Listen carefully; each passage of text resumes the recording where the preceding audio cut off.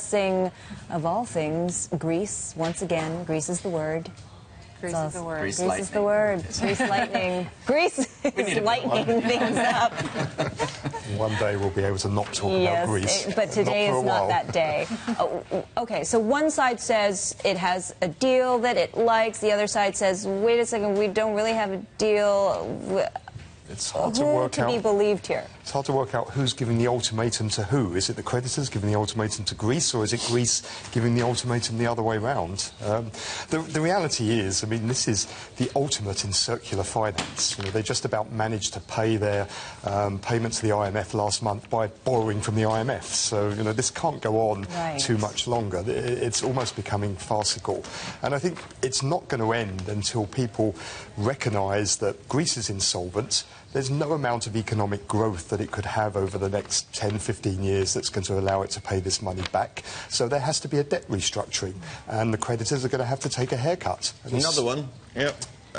This is, Peter, I mean, how much of this is actually seen as more of an irritant than anything else, rather than actually having a material impact when it comes to the markets?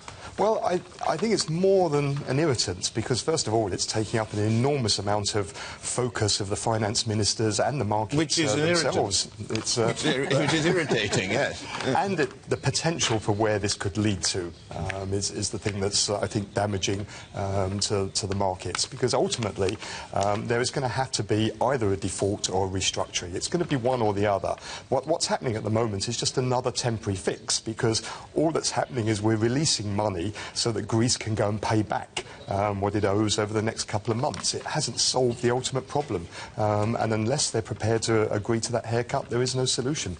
Do you think that this really just raises the chances of, again, early elections? Again, capital controls can be imposed. Do you see that happening more so now that we've hit two sides just still at odds? I think probably what is more likely than early elections is a referendum. I could see that potentially taking place, in that, you know, we just don't get a compromise that is acceptable to both sides, and Tsipras ends up going to the country and saying, look, you know, either we have to go back on what we were elected on, or we're going to have to accept that we may have to leave the euro. Which one do you prefer?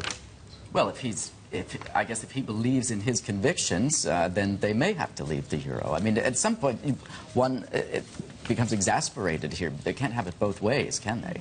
Well, I don't think that the government will ever step up and say, we have taken a decision that we're going to leave the euro. I think what could happen is, eventually, the Greeks find themselves in the situation where they no longer have a central bank, because the ECB is not going to support them anymore. And without a central bank, they're going to have to find another way of paying their bills. You know what these two sides need? I think a marriage counselor. I mean, what we're talking about is, I don't know, a marriage of disrepute, but a marriage here that is unwinding, and someone's going to have to pay alimony.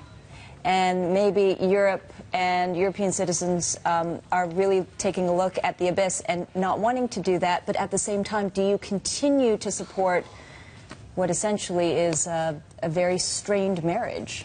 Well, and part of it is because you have one party to that, and in particular Germany, which says we are not prepared to pay anything, we are not prepared to take any risk, we're not prepared to share the consequences of what in effect was a bad decision a few years ago when the money was first lent. You know, the banks, the European banks, were in effect bailed out, and that debt was put onto the state.